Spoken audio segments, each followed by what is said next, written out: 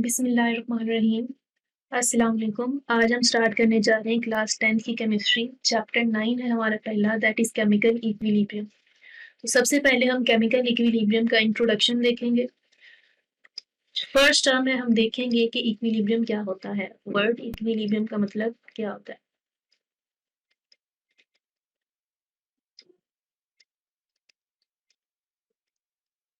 जो word equilibrium है इसका मतलब होता है बैलेंस। यानी कोई भी दो चीजें जब आपस में इक्वल हो तो उसको हम क्या कहते हैं, वो चीज किसके अंदर होती है, इक्विलिब्रियम के अंदर होती है। एग्जांपल हम लेते हैं। फॉर एग्जांपल हमारे पास एक प्रोसेस है जिसमें जो प्लांट है वो क्या करते हैं, अपना फूड प्रिपेयर करते हैं। उसको हमें पता है क्या कहते हैं कि फोटोसिंथेसिस।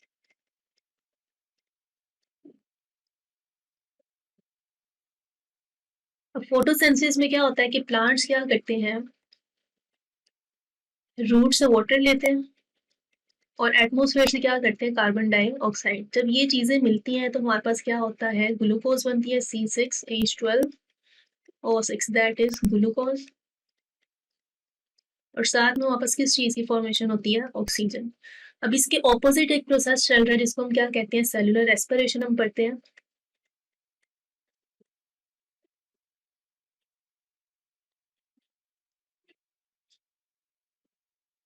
अब सेलुलर रेस्पिरेशन के अंदर हमारे पास क्या होता है, फॉर एग्जांपल हम ह्यूमन बीइंग्स की बात करते हैं। हम फूड खाते हैं, जब खाना खाते हैं तो खाना के अंदर क्या होती है, ग्लूकोज होती है। और जब हम एयर इनहेल करते हैं यानी ऑक्सीजन इनहेल करते हैं तो वो ऑक्सीजन क्या होता है, ऑक्सीजन की प्रेजेंस की वजह से जो ग्लूकोज है उसकी क्या होती है, ऑक्सीडेशन। और ऑक्सीडेशन होने की वजह से ये ग्लूकोज का मॉलिक्यूल और वो जो ऑक्सीजन है जब इसकी ऑक्सीडेशन करता है तो इनके रिएक्शन से वापस क्या बनता है, H2O और साथ में कार्बन डाइऑक्साइड गैस। सॉरी यहाँ पे O2 आएगा। तो इसके बाद हमारे पास क्या, सेलुलर रेस्पिरेशन में क्या होता है कि जो ग्लूकोज है उसकी ऑक्सीजन की प्रेजेंस में ऑक्सीडेशन होती है और जो वाटर बनता है और साथ में कार्बन डाइऑक्साइड। अब यहाँ पे अगर देखें तो एक बैलेंस है। बैलेंस किस तरह से है कि जो फोटोसिंथेसिस के अंदर ऑक्सीजन गैस बनती है वो ऑक्सीजन गैस यूज होती है किसके अंदर, रेस्पिरेशन के अंदर। और यहाँ पे अगर हम देखें जो कार्बन डाइऑक्साइड की गैस बन रही है, ये कार्बन डाइऑक्साइड गैस किसके अंदर यूज होती है, फोटोसिंथेसिस के अंदर। यानी प्लांट जो ऑक्सीजन रिलीज करते हैं वो कौन यूज कर रहा है, ह्यूमन बींग्स। और जो human beings carbon dioxide release करते हैं वो कौन यूज कर लेते हैं, प्लांट। जिसकी वजह से जो कार्बन डाइऑक्साइड है इसकी अमाउंट क्या है, ज्यादा नहीं होती, कम या ज्यादा नहीं होती। इसमें क्या रहता है, बैलेंस रहता है। लेकिन आजकल देखिए तो ह्यूमन एक्टिविटीज की वजह से जो कार्बन डाइऑक्साइड है इसकी जो अमाउंट है वो भी क्या ऊपर, इसका लेवल क्या हो गया, ज्यादा बढ़ चुका है। लेकिन ये दो प्रोसेसेस है इसकी वजह से नेचर के अंदर जो कार्बन डाइऑक्साइड की गैस थी वो क्या करती है, बैलेंस के अंदर रहती है। लेकिन आज के दौर के अंदर ह्यूमन एक्टिविटीज की वजह से हम डिफरेंट तरह की पोल्यूशन क्रिएट कर रहे हैं। कार्स वगैरह, इंडस्ट्रीज वगैरह ज्यादा लग रही है तो जिसकी वजह से कार्बन डाइऑक्साइड की अमाउंट क्या होगी, ज्यादा होगी। तो ये हमारे पास क्या है, एग्जाम्पल है कि जिसके अंदर क्या फोटोसिंथेसिस और सेलुलर रेस्पिरेशन क्या हो रही है, साइड बाय साइड हो रही है। जिसकी वजह से जो कार्बन डाइऑक्साइड है इसकी अमाउंट क्या रहती है, कांस्टेंट रहती है, यानी बैलेंस के अंदर रहती है। तो सेम ऐसे अगर हम अपनी डेली लाइफ से एग्जांपल लें तो हम पार्क के अंदर जाते हैं। पार्क के अंदर हमने एक झूला देखा और जिसको हम क्या कहते हैं, सीसा। अब अगर हम देखें कि सीसा के दोनों साइड पे हमने बच्चे बिठाए हुए हैं, एक साइड पे बच्चे का वेट ज्यादा और एक साइड पे कम है, तो उसकी वजह से क्या होता है कि सीसा के तो ऊपर नीचे नॉर्मली क्या करता है, मूव करता है। लेकिन अगर हम क्या करें कि दोनों साइड पे बच्चों जो बिठाए हैं उन दोनों का वेट क्या हो, इक्वल हो, तो जो सीसा है वो क्या हो जाएगा, बिल्कुल एक स्ट्रेट पोजिशन के अंदर आ जाएगी। यानी फॉर एग्जाम्पल अगर ये है तो उसकी पोजीशन क्या होगी, सेम इस तरह से स्ट्रेट। तो ये वापस क्या है, इस केस को हम क्या कहेंगे कि जो सीसा है वो किसके अंदर आ गया, इक्विलिब्रियम में, जिसके अंदर दोनों साइड पे जो चीजें पड़ी हो वो इक्वल अमाउंट में हो तो उसको हम क्या कहते हैं, बैलेंस्ड है। वो चीज किसके अंदर है, इक्विलिब्रियम के अंदर है। तो ये हमारे पास क्या था, इंट्रोडक्शन है कि इक्विलिब्रियम क्या होता है। सेम ऐसे केमिकल इक्विलिब्रियम क्या होगा कि हम केमिकल रिएक्शंस की स्टडी करते हैं तो उसके बीच में जब कोई चीज की रिएक्शन होते हुए कोई रिएक्शन बैलेंस में आ जाए, जितने रिएक्टेंट्स अपने प्रोडक्ट हो और जितने प्रोडक्ट अपने रिएक्टेंट्स हो, इसी तरह से ये चीजें क्या हो, अगर बैलेंस में आ जाए तो उसको हम क्या कहेंगे, वो केमिकल इक्विलिब्रियम है। इसके फर्दर आगे डिटेल में क्या करेंगे, स्टडी करेंगे। तो यहाँ हमारा जो मेन टॉपिक नेक्स्ट स्टार्ट होता है, that is 9.1, reversible reaction and dynamic equilibrium. अब रिवर्सिबल रिएक्शन और जो डायनामिक इक्विलिब्रियम है इसके बीच में हमें सबसे पहले बताया हो कि केमिकल रिएक्शन क्या होता है। उसके बाद है हमने देखेंगे रिएक्टेंट की डेफिनेशन, प्रोडक्ट क्या होते हैं, फिर उसके बाद हम देखेंगे कि रिएक्शन 2 टाइप्स के होते हैं, उनकी टाइप्स को स्टडी करेंगे। तो सबसे पहले हम यहाँ पे देखते हैं केमिकल रिएक्शन।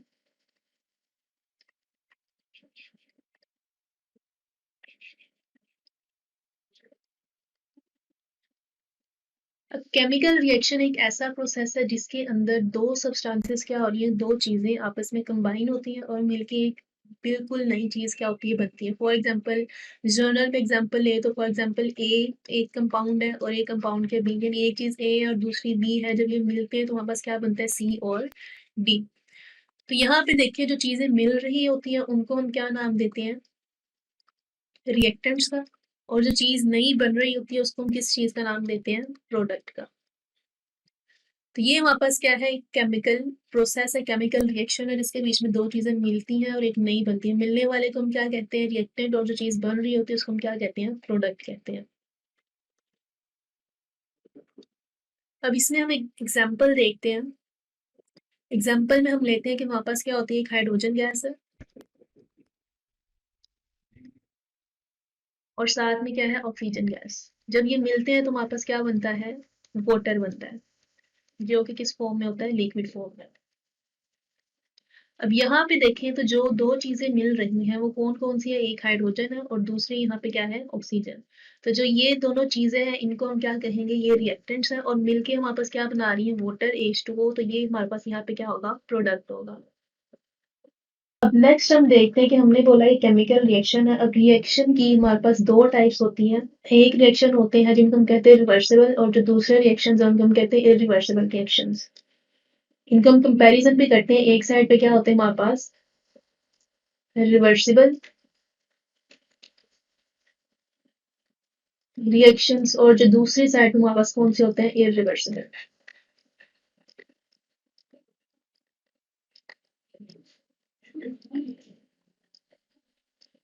अब अगर इनके नाम के ऊपर भी गौर किया जाए तो रिवर्सिबल से आपको क्या इंडिकेशन होती है कि ऐसी चीज जो कि क्या हो सकती है, वापस अपनी ओरिजिनल पोजीशन में क्या होती है, अपनी शेप में क्या हो सकती है, आ सकती है। जो चीज वापस आ सके उसको हम क्या कहेंगे, वो रिवर्सिबल है।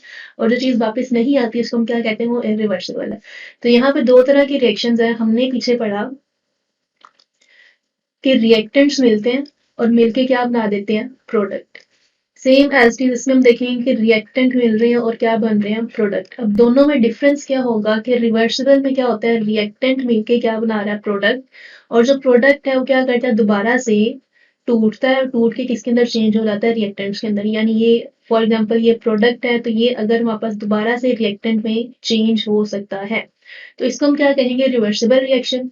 और इरिवर्सिबल में क्या हो गया कि रिएक्टेंट है मिलके हमारे पास प्रोडक्ट बना रहे हैं। अब ये प्रोडक्ट है ये दोबारा से रिएक्टेंट के अंदर चेंज नहीं होगा, तो इस रिएक्शन को हम क्या कहेंगे, इरिवर्सिबल रिएक्शन। अब ये तो हमारे पास क्या है कि इसमें रिवर्सिबल, इसमें रिएक्टेंट रिएक्ट करके प्रोडक्ट बनाते हैं और जो प्रोडक्ट है वो दोबारा से रिएक्टेंट के अंदर चेंज हो सकते हैं, वो रिवर्सिबल है। और इरिवर्सिबल में हमने क्या कहा कि सिंपली जो रिएक्टेंट है वो कंबाइन होके प्रोडक्ट बना देते हैं, उसके बाद जो रिएक्शन है वो क्या हो जाता है, कंप्लीट हो जाता है। अब इनकी अगर हम कैरेक्टरिस्टिक्स देखें,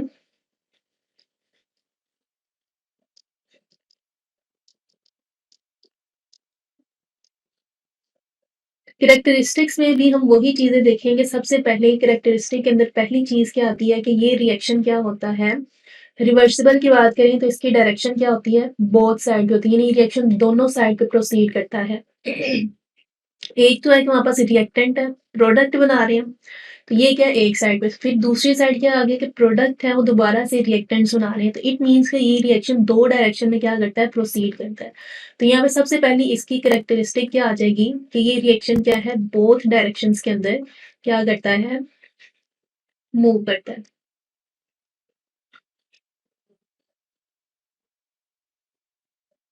इसके ऑपोजिट अगर देखें तो इसमें क्या था कि जो रिएक्टेंट है वो क्या बना रहे हैं, सिंपल प्रोडक्ट बना रहे हैं। तो इसमें रिएक्शन क्या है, सिर्फ एक साइड पे प्रोसीड कर रहा है, तो इसको हम क्या कहेंगे, इसकी डायरेक्शन क्या होती है, ये सिंगल डायरेक्शन होता है।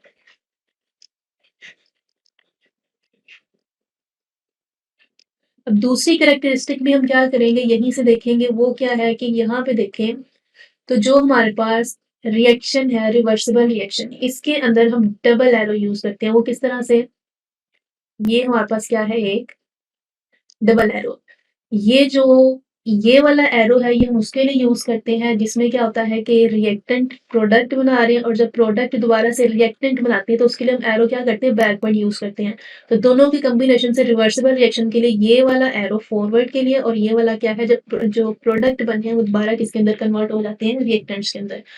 तो जो हमारे पास रिवर्सिबल रिएक्शन है इसके लिए जो हम एरो यूज़ करते हैं वो डबल एरो होता है इस तरह से, और जबकि जो इरिवर्सिबल है इसके लिए हम जो एरो यूज़ करते हैं वो कौन-सा होता है, सिंगल एरो यूज़ करते हैं। अब सेम एस्टेरिस्क की और कैरेक्टरिस्टिक है वो कौन-सी है?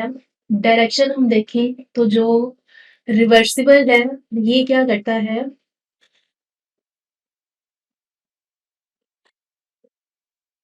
ये रिएक्शन हमारे पास क्या होता है, ये कंप्लीट नहीं होता। कंप्लीट क्यों नहीं होता? हम देखते हैं कि रिएक्टेंट है, रिएक्टेंट मिलके प्रोडक्ट बना रहा है।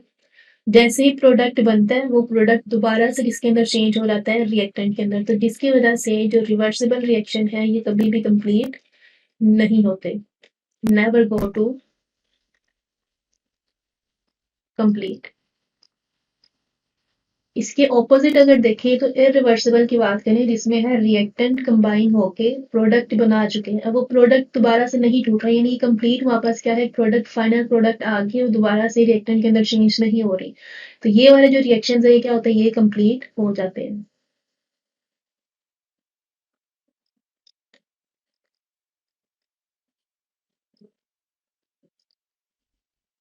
इसके बाद अगर हम देखें तो जो रिवर्सिबल रिएक्शन है इनको, यानी रिवर्सिबल रिएक्शन है, कोई भी रिएक्शन है इसमें रिएक्टेंट प्रोडक्ट में चेंज होता है, प्रोडक्ट दोबारा से रिएक्टेंट में चेंज होता है, तो इनके लिए हमें क्या है, स्पेसिफिक कंडीशंस देनी पड़ती हैं रिएक्शन को रिवर्सिबल करवाने के लिए। वो आगे हम फर्दर एग्जांपल्स पढ़ेंगे कि कंडीशन कौन-कौन सी हो सकती है जिसकी वजह से रिएक्शन है वो कौन-सा होता है, रिवर्सिबल होता है। अगर हम यहाँ पे छोटी सी एग्जांपल लें कि रिवर्सिबल रिएक्शन और इरिवर्सिबल की, तो फॉर एग्जांपल हमारे पास एक गैस है जिसको हम क्या कहते हैं, हाइड्रोजन गैस H2, और साथ में एक गैस है आयोडीन। जब ये दोनों हम कहते हैं फॉर एग्जांपल कंबाइन हो रही है और कंबाइन होके क्या बना रही है, हाइड्रोजन आयोडाइड गैस। अगर तो हाइड्रोजन और आयोडीन मिलके वापस क्या बन गया, हाइड्रोजन आयोडाइड। ये हाइड्रोजन आयोडाइड ऐसे का ऐसे ही रहे, दोबारा से इसके अंदर कन्वर्ट ना हो, तो इसको हम क्या कहेंगे, ये इरिवर्सिबल है। और इन केस के हम क्या करते हैं, जब कंडीशंस प्रोवाइड करते हैं तो उस केस में क्या होता है कि जो हाइड्रोजन आयोडाइड है वो अगर दोबारा से हाइड्रोजन और आयोडीन के अंदर क्या हो जाए, चेंज हो जाए, तो उसको हम क्या कहेंगे, ये रिएक्शन क्या है, रिवर्सिबल। तो इसको कंबाइन करके हम किस तरह से लिखेंगे, H2 है, I2 है, और ये क्या बन जाएगा, 2H। यानी इरिवर्सिबल के लिए ये हमने बोला कि अगर वो जो प्रोडक्ट बना है वो रिएक्टेंट के अंदर चेंज नहीं हो रहा, तो सिंगल एरो यूज करेंगे जो इंडिकेट करेगा कि ये रिएक्शन क्या है, इरिवर्सिबल है। जो प्रोडक्ट बना है वो रिएक्टेंट में चेंज नहीं हो रहा। यहाँ पे डबल एरो यूज करेंगे अगर हमारे पास क्या है, कुछ कंडीशंस प्रोवाइड करने की वजह से जो हाइड्रोजन आयोडाइड है वो दोबारा से हाइड्रोजन और आयोडीन के अंदर कन्वर्ट हो रहा है, तो वो रिएक्शन कौन सा होगा हमारे पास, रिवर्सिबल रिएक्शन।